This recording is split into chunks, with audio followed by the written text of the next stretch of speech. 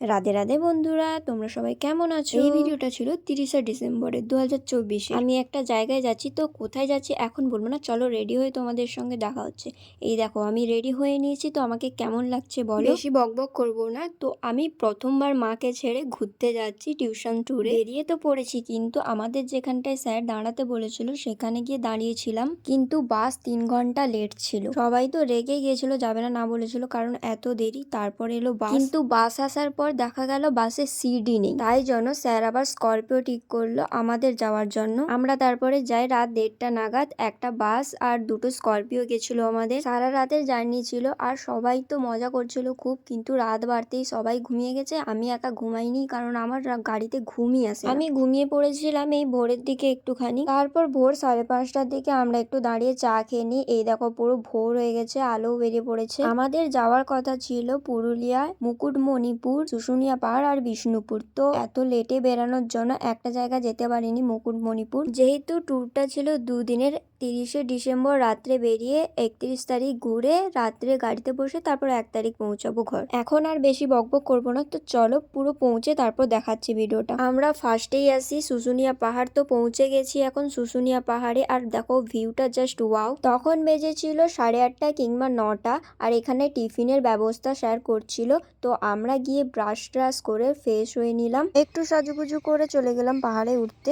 এখন যাচ্ছি আমরা পাহাড়ে। এই দেখো দুপাশে দোকান টোকান অনেক আছে, কিন্তু দোকানেও ভুল করে যেও না, কারণ প্রচুর দাম। নর্মালি একটা বিস্কুটের দাম 5 টাকা, সেখানে ছিল 6 টাকা। একটা কেকের দাম 10 টাকা, আর সেখানে ছিল 12 টাকা। একটা লেসের দাম 5 টাকা, সেখানে ছিল 7 টাকা। এত দাম ভাই, মানা যায়? তো এখানটায় নিচে এখানে মন্দির আছে। এবারই শুরু পাহাড়ের রাস্তা। এখানে ভিউগুলো জাস্ট ওয়াও ওয়াও ছিল, আর পিকনিক করার জায়গা তো প্রচুর এখানটায়, দারুণ। কেউ যদি পিকনিক করতে চাও দূরে কোথাও, তো এখানেও আসতে পারো তোমরা। আমিও প্ল্যান করছি পরে যদি কোনো পিকনিক করি তো ওখানে গিয়ে করব। ভিউটা আমার হেভি লেগেছে, সবই ভালো ছিল, কিন্তু দুর্ভাগ্যের বিষয় হচ্ছে আমি পুরোটা উঠতে পারিনি। মানে পাহাড়ের উপরে একটা কি মন্দির আছে, ওটাই আমি উঠতে পারিনি, কারণ আমাদের এখান থেকে যতজন গেছিল আমাদের টিউশন থেকে, তো আমি ওদের সাথে গিয়েছিলাম আর ওদের সাথেই পাহাড়ে উঠেছিলাম। ওরা উঠতে পারেনি পুরোটা, তাই আমিও আর একা একা যাইনি, কিন্তু নেক্সট বার আমি ঠিক যাব আর পুরোটাই উঠবো। পাহাড়ে এইটুকু উঠেই সবাই হাঁপিয়ে গিয়েছিল, আমিও একটু হাঁপিয়ে গেছিলাম, কিন্তু আমার ঠিক হয়ে গেছিল। তো এবারে নামা হচ্ছে। নেমে আমরা টিফিন করে নিলাম, ঘুগনি মুড়ি। তারপরে একটু নিচে ঘুরোঘুরি করছিলাম, দেন আমরা গেছিলাম পার্কে। তো এটাই হচ্ছে পার্ক। পার্কের টিকিট হচ্ছে 20 টাকা করে। প্রথম ঢুকেই ভাবছি কিছুই নেই, শুধু গাছ, কিন্তু ভিতরে গিয়ে দেখি অনেক কিছুই আছে। তো চলো পার্কটা তোমাদের দেখাই কি কি আছে পার্কে। এই যে এখানে স্লাইড গুলো ছিল,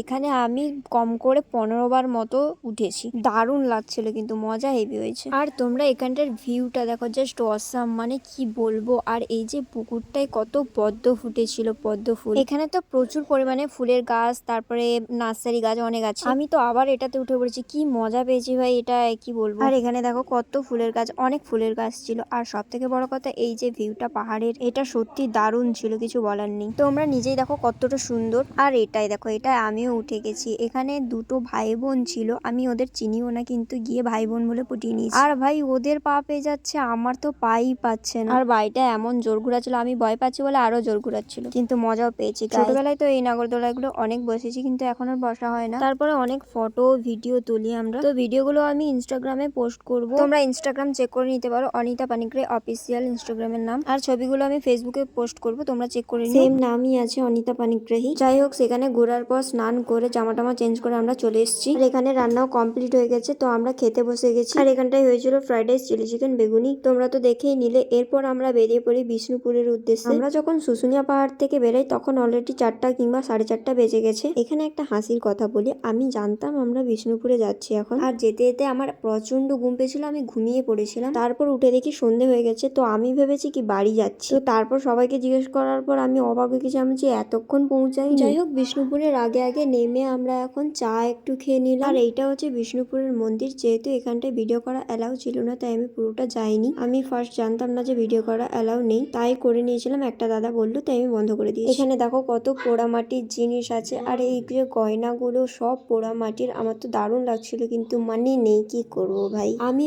ভেরি গরিব গাইস। তারপর আমরা বিষ্ণুপুর থেকে ওই ঠাকুরটা দেখেই বেরিয়ে আসি। এখানে তো অনেক বড় ক্যাচাল হয়ে গেছিল, ভিডিওতে বললে অনেক বড় ভিডিও হয়ে যাবে, ছাড়ো বাদ দাও এখন। তো চলো এখন আমরা বাড়ির দিকে এগোই। এরপর এত টায়ার্ড লাগছিল, আমি আর কোনো ভিডিও করতে পারিনি। সোজা একদম রাতের খাবারের সময় সময় ভিডিওটা করি। আর এখানে এই যে খাওয়ার, আর এখানে 3টে রুটি দিয়েছিল, আমি দুটোকে ট্রান্সফার করে দিয়েছি কারণ আমার পেটটা ছোট। তারপরে আবার চললাম বাড়ির পথে। রাত 3:30টার সময় আমরা স্ট্যান্ডে নামি, বাড়ি আসতে 4টা বেজে যায়। তো ভিডিওটা আমি এখানেই শেষ করছি, দেখা হচ্ছে পরের কোনো ভিডিওতে। টাটা, হরে কৃষ্ণ।